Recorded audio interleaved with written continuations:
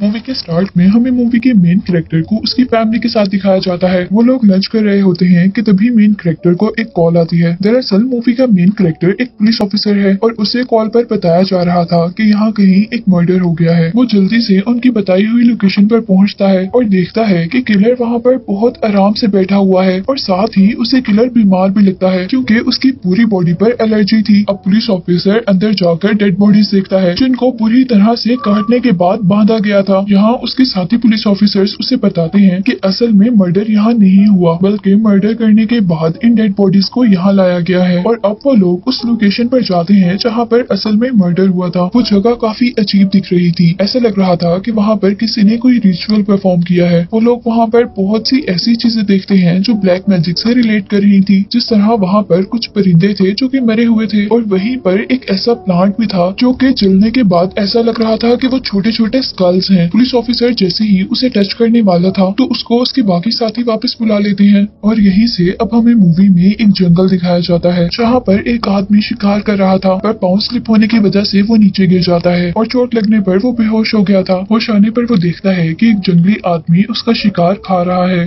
अब वो जंगली भी उस आदमी को देख लेता है और जंगली के उस आदमी के करीब आने पर वो आदमी नोटिस करता है कि उस जंगली की आंखें कोई नॉर्मल इंसानों जैसी नहीं है। उसे लगता है या तो ये कोई और क्रिएचर है या फिर डीमन या घोस्ट है। असल में ये सब बातें मेन कैरेक्टर जोंग जू को एक दूसरा पुलिस ऑफिसर बता रहा था और दूसरे पुलिस ऑफिसर की इंफॉर्मेशन के अकॉर्डिंग गांव में अब जितने भी ऐसे इंसिडेंट हो रहे थे वो उसी जापानीज आदमी की वजह से हो रहे थे जो उन्हें जंगल में नजर आया था। लेकिन जोंग जू को उसकी बात पर बिल्कुल भी यकीन नहीं था। वो कहता है कि जिन लोगों का मर्डर हुआ है उन लोगों की पोस्टमार्टम रिपोर्ट ऐसा बिल्कुल भी कुछ नहीं कहती और साथ ही वो उसे ये भी कह रहा था कि वो जापानीज आदमी बिल्कुल हमारे ही जैसा है और वो ऐसा कुछ भी नहीं कर सकता। नेक्स्ट डे जोंग जू को एक और मर्डर की रिपोर्ट होती है और इस बार मर्डर में पूरी फैमिली को मार दिया गया था और उसके बाद उनका घर भी जला दिया गया था। वहाँ जाने पर जोंग जू को एक मिस्टीरियस लड़की मिलती है जिसने व्हाइट ड्रेस पहना हुआ था और वो लड़की जोंग जू से कहती है कि मरने से पहले मैं इस कपल से मिली थी और इस कपल ने मुझे बताया था कि वो जापानीज आदमी एक भूत है और जरूर उस जापानीज आदमी ने ही इनका मर्डर किया है। वो लड़की जोंग जू को प्रूफ करने के लिए उसे घर के अंदर भी लेकर जाती है। वो मिस्टीरियस लड़की पुलिस ऑफिसर जोंग जू से पूछती है कि क्या तुमने कभी उसे देखा है। तो वो पुलिस ऑफिसर कहता है कि हाँ मैंने 2-3 मरतबा उसे देखा है। और वो लड़की उसे कहती है कि तुम्हें अब अपने आप पर ध्यान देने की जरूरत है क्योंकि जरूर अब उस जापानीज आदमी का अगला टारगेट तुम और तुम्हारी फैमिली होंगे। अभी जोंग जो उसकी बात प्रॉपरली समझ नहीं पाया था कि तभी उसे एक कॉल आ जाती है। पुलिस ऑफिसर जैसे ही कॉल सुनकर वापस आता है तो वो मिस्टीरियस लड़की वहाँ से गायब हो चुकी थी और अब उसी दौरान उसे घर की दूसरी तरफ से कुछ आवाजें आ रही थी और जब वो चेक करने जाता है तो वहाँ पर उससे जापानीज आदमी मिलता है जो कि बुरी तरह किसी जानवर को खा रहा था और अब जापानीज ने भी उसे देख लिया था और वो उसके पीछे आकर उसे खाने ही वाला था कि अचानक उस पुलिस ऑफिसर की आंख खुल जाती है और हमें पता चलता है कि उसने जापानीज को सिर्फ अपने ख्वाब में देखा था। यहाँ पुलिस ऑफिसर जोंग जू की बेटी ह्यूजिन की तबीयत बहुत ज्यादा खराब थी। उसे लग रहा था कि ह्यूजिन को नॉर्मल बुखार होगा और इसीलिए अब वो पुलिस स्टेशन आ जाता है जहाँ से वो लोग उस जापानीज आदमी के बारे में इंफॉर्मेशन लेने के लिए मूवी के स्टार्ट में दिखाए जाने वाले हंटर के पास जाते हैं और वो हंटर पुलिस ऑफिसर्स को उस जगह पर लेकर जाता है जहाँ उसने जापानीज आदमी को कोई जानवर खाते हुए देखा था। वो लोग अभी तक उस जगह को पूरी तरह इन्वेस्टिगेट नहीं कर पाते कि हंटर के ऊपर आसमान से बिजली गिर जाती है और उसे पुलिस ऑफिसर्स हॉस्पिटल ले आते हैं और यहाँ हॉस्पिटल में हमें पहले किलर को भी दिखाया जाता है। यहाँ उस आदमी का जिस्म बहुत बुरी तरह से मुड़ रहा था और इसी हालत में वो मर जाता है। अब जोंग जू जैसे ही घर आता है तो वो अपनी बेटी की बिल्कुल वैसी हालत देखता है जैसी पहले किलर की हुई थी, लेकिन वो अपनी बेटी पर कंट्रोल कर लेता है और वो मरती नहीं है बल्कि उसकी हालत अजीब होती जाती है। जैसे वो बहुत ज्यादा क्वांटिटी में फिशेस खाना शुरू कर देती है जो कि पहले वो कभी नहीं खाती थी और इससे ह्यूजिन की मॉम को लगता है कि उसके ऊपर किसी घोस्ट या डिबल का असर है।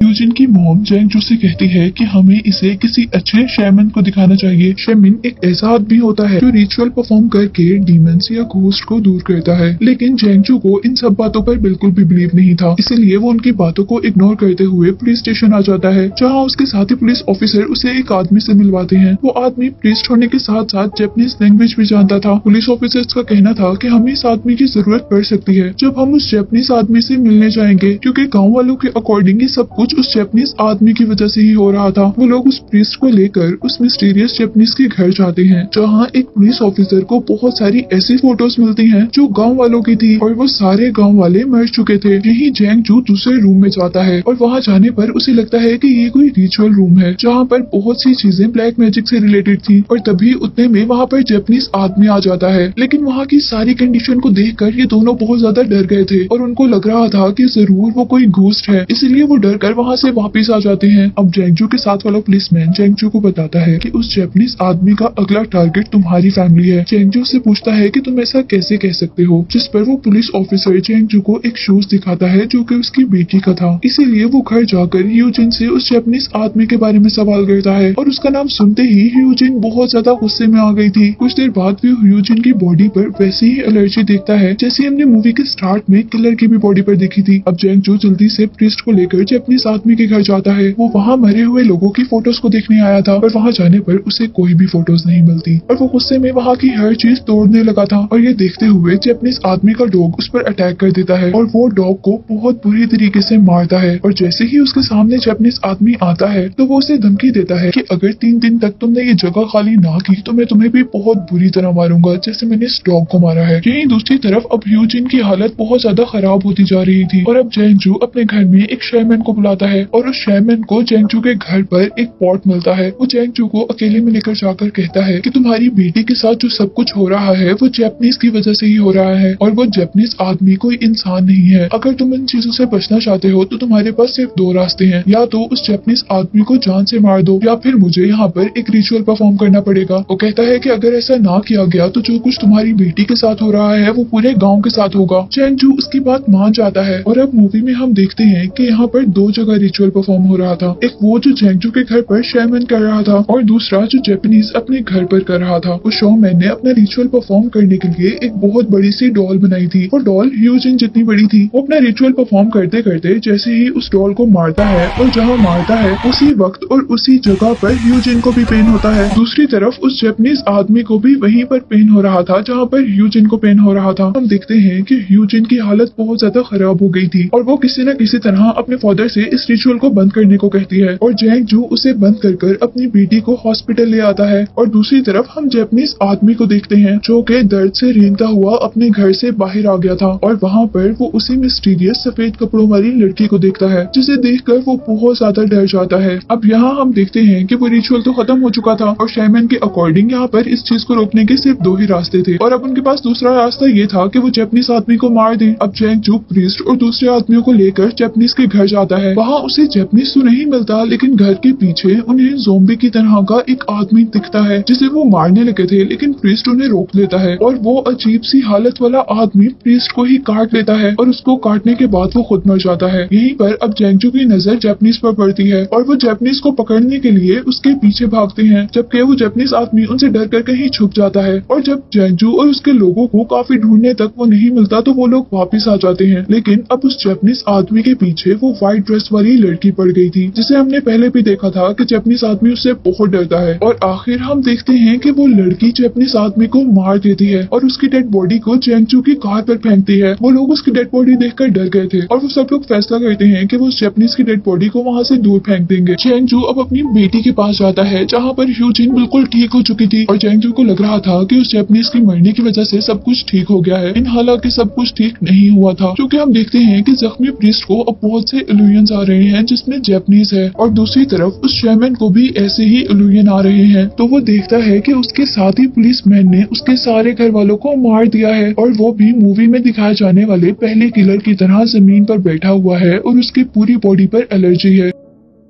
और यहीं पर अब हम शेरमैन को देखते हैं जो कि जैंगजू की तलाश में था, क्योंकि वो उसको ये बताना चाहता था कि हम किसी बड़े खतरे में आने वाले हैं। और इससे पहले कि वो जैंगजू को ढूंढ पाता उसके नाक से बहुत ज्यादा खून आने लग जाता है और दूसरी तरफ उसे बहुत ज्यादा वॉमिटिंग भी शुरू हो जाती है। इन सब चीजों से डरकर वो इस गाँव से बाहर जाना चाहता था, लेकिन कुछ मिस्टीरियस क्रिएचर्स उसे इस गाँव से बाहर जाने नहीं देती और वो वापिस गाँव में आ जाता है। जहाँ अब जैंगजू जैसे ही शॉमैन को कॉल करता है तो वो शॉमैन उसे बताता है कि तुमने जैपनीज को मारकर पर बहुत ज्यादा बुरा कर दिया है, क्योंकि असल में जैपनीज गलत आदमी नहीं था, बल्कि तुम्हारे घर के करीब एक सफेद कपड़ों वाली लड़की है। असल में उसके पास ब्लैक पावर्स हैं। वो कहता है जैपनीज तो हमें उस लड़की से बचाने की कोशिश कर रहा था और उसे मारकर तुमने सारा काम खराब कर दिया है। ये सुनते ही जैंग जल्दी से ह्यूजिन के पास जाता है, लेकिन घर पर ह्यूजिन तो थी ही नहीं और घर से बाहर आने पर उसे वो व्हाइट कपड़ों वाली लड़की मिलती है। ह्यूजिन उस लड़की से पूछता है कि मेरी बेटी कहाँ है। वो कहती है कि तुम्हारी बेटी अभी घर पर है और मैं उस पर कुछ ऐसा रिचुअल कर रही हूँ जिसकी वजह से जैपनीज आदमी का उसके ऊपर से असर खत्म हो जाएगा। और साथ ही वो ये भी बताती है कि जैपनीज अभी भी जिंदा है। वो उसे कह रही थी कि जैपनीज एक बहुत बुरा आदमी है और वो सबको खाने वाला है। जैंग जो उसकी बात को इग्नोर कर अपने घर जाने वाला था अपनी बेटी को देखने के लिए, लेकिन वो लड़की रोकती है, कहती है कि जब तक तुम्हें अपने घर के बाहर से उस मुर्गे की यानी hen की आवाज नहीं आएगी तब तक तुम घर के अंदर न जाना, और वो आवाज तुम 3 मरतबा सुनना। इस टाइम तक उस मुर्गी की 1 मरतबा आवाज आ जाती है, लेकिन अभी 2 मरतबा आनी होती है। और जैंग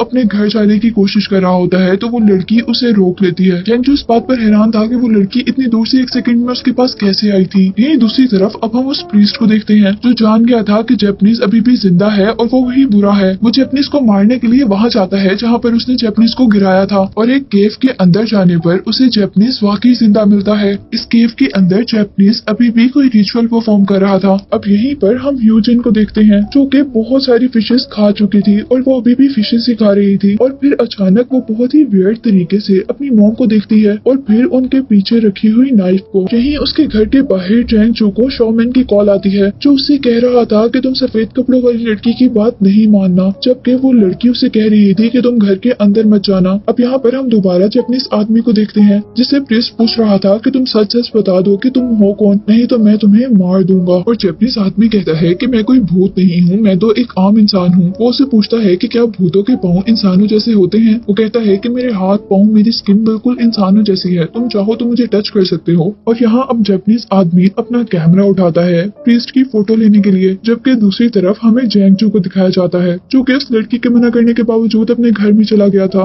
और उसके वहाँ जाने से सबसे गलत काम होता है, यानी उसकी बेटी उसकी फैमिली को मार देती है। और इतना सब हो जाने के बाद भी वो अपनी बेटी को प्यार से अपने पास बुलाता है। और यहीं से सीन कट होकर हमें दोबारा जैपनीज आदमी को दिखाया जाता है जो कि अपनी अब असल शक्ल में था। उसकी स्किन बहुत ज्यादा अजीब दिख रही थी, जबकि उसके सर पर 2 सीन भी थे। उसके नेल्स, उसकी आंखें सब कुछ अजीब हो गई थी। और इससे हमें पता चला था कि वो व्हाइट कपड़ों वाली ही सही लड़की थी, यानी उसके पास व्हाइट पावर्स थी, जबकि असल में ये जैपनीज आदमी ही डीमन था। और अब यहाँ पर हम शैमन को भी देखते हैं जो कि जैंग चू के घर पर आया था, जहाँ वो व्हाइट कपड़ों वाली लड़की ऐसे बैठी थी जैसे वो सब कुछ हार गई है, और दूसरी तरफ ह्यूजिन भी ऐसे बैठी हुई थी जैसे सारे किलर मर्डर करने के बाद बैठ रहे थे। वो उस घर के अंदर जाता है और सारे मरे हुए लोगों की फोटो लेकर बाहर आता है। जैसे ही वो अपनी कार के पास वो फोटोज रख रहा था तो उसके हाथ से एक बॉक्स नीचे गिर जाता है जिसमें सारे मरे हुए लोगों की फोटोज थी। और हमें पता चलता है कि असल में शैमन भी उस जैपनीज आदमी के साथ मिला हुआ था, और जब वो ह्यूजिन पर रिचुअल भी परफॉर्म कर रहा था तब भी वो जैपनीज आदमी के साथ था। और जैपनीज आदमी को उसके रिचुअल की वजह से दर्द नहीं हो रहा था, बल्कि उस व्हाइट कपड़ों वाली लड़की के रिचुअल से पेन हो रहा था। अब यहाँ जो हमने देखा था कि शैमन डरकर इस विलेज से भागने की कोशिश कर रहा है, तो उसे भी जैपनीज आदमी ने रोका था अपनी मैजिकल क्रिएचर से, क्योंकि शैमन उसके लिए काम करता था।